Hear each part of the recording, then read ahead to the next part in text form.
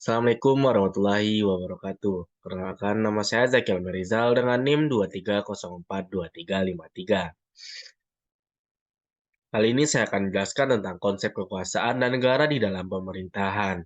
Dengan dosen mengampu saya, Ibu Dr. Nora Eka Putri, SIP, MSI.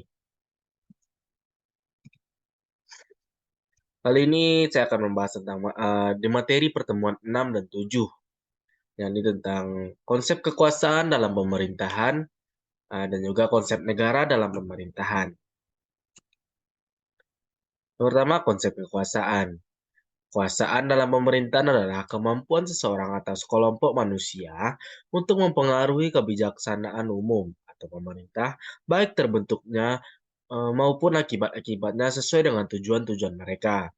Oleh sebab itu, bagi pemegang kuasa bisa dibilang memiliki tanggung jawab yang besar karena bukan hanya memberikan pengaruh terhadap seseorang, tetapi juga bisa memberikan pengaruh terhadap lingkungan.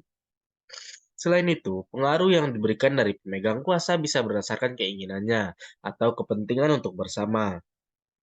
Di dalam kekuasaan juga ada yang namanya legitimasi kekuasaan. Legitimasi adalah keterangan yang mengesahkan atau membenarkan bahwa pemegang keterangan adalah betul-betul orang yang dimaksud atau kesahan atau orang-orang yang sah. Sementara itu, legitimasi berasal dari bahasa Latin, yaitu lex yang artinya hukum. Akan tetapi, seiring dengan perkembangannya, legitimasi bukan hanya membicarakan tentang hukum yang ada di dalam sebuah peraturan saja, tapi juga membahas hukum-hukum yang berlaku di masyarakat, seperti norma-norma dalam lingkungan masyarakat.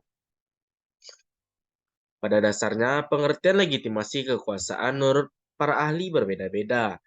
Meskipun pengertian legitimasi kekuasaan berbeda-beda, tetapi secara garis besar, legitimasi kekuasaan adalah suatu bentuk yang dibuat masyarakat dalam menerima dan percaya terhadap pemerintahan, pemimpin, pejabat negara, dan kebijakan-kebijakan yang telah dibuat.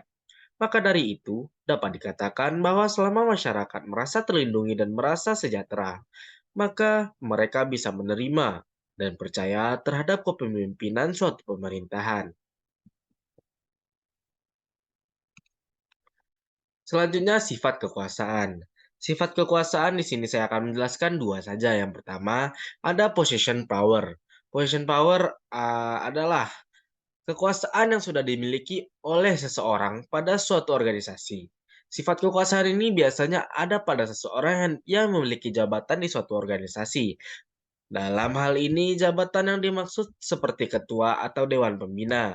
Apabila seseorang sudah memiliki jabatan ketua, maka ia sudah memiliki kewenangan untuk mengatur dan mengerahkan anak buahnya.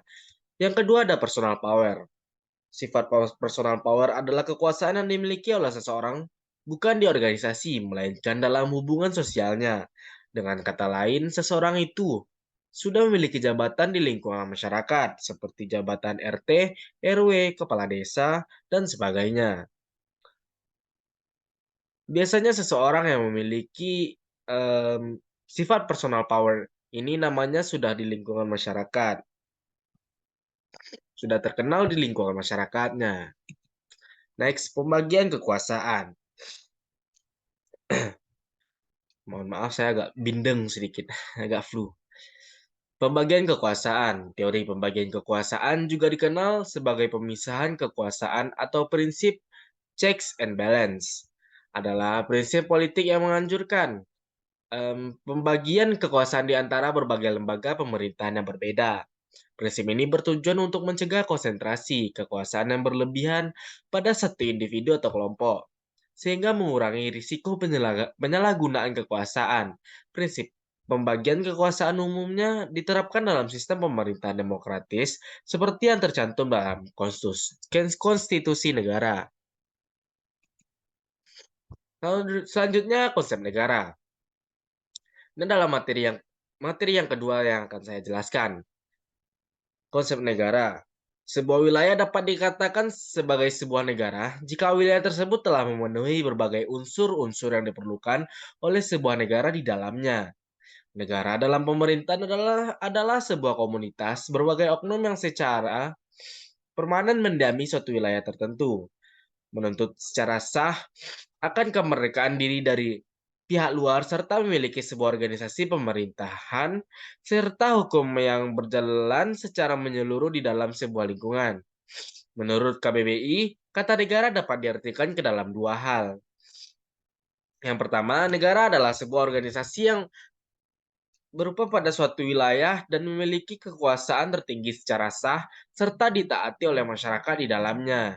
Yang kedua, sebuah negara dapat disimpulkan sebagai kelompok sosial yang mendiami sebuah wilayah maupun daerah tertentu yang berada di bawah lembaga politik maupun pemerintah yang efektif, memiliki kesatuan politik, berdaulat yang memiliki tujuan nasional yang ingin dicapai oleh suatu wilayah tersebut.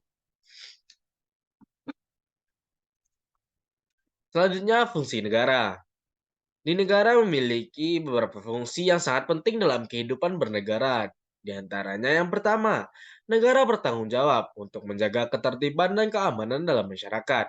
Yang kedua, negara harus bertanggung jawab untuk memperjuangkan kemakmuran dan kesejahteraan rakyatnya.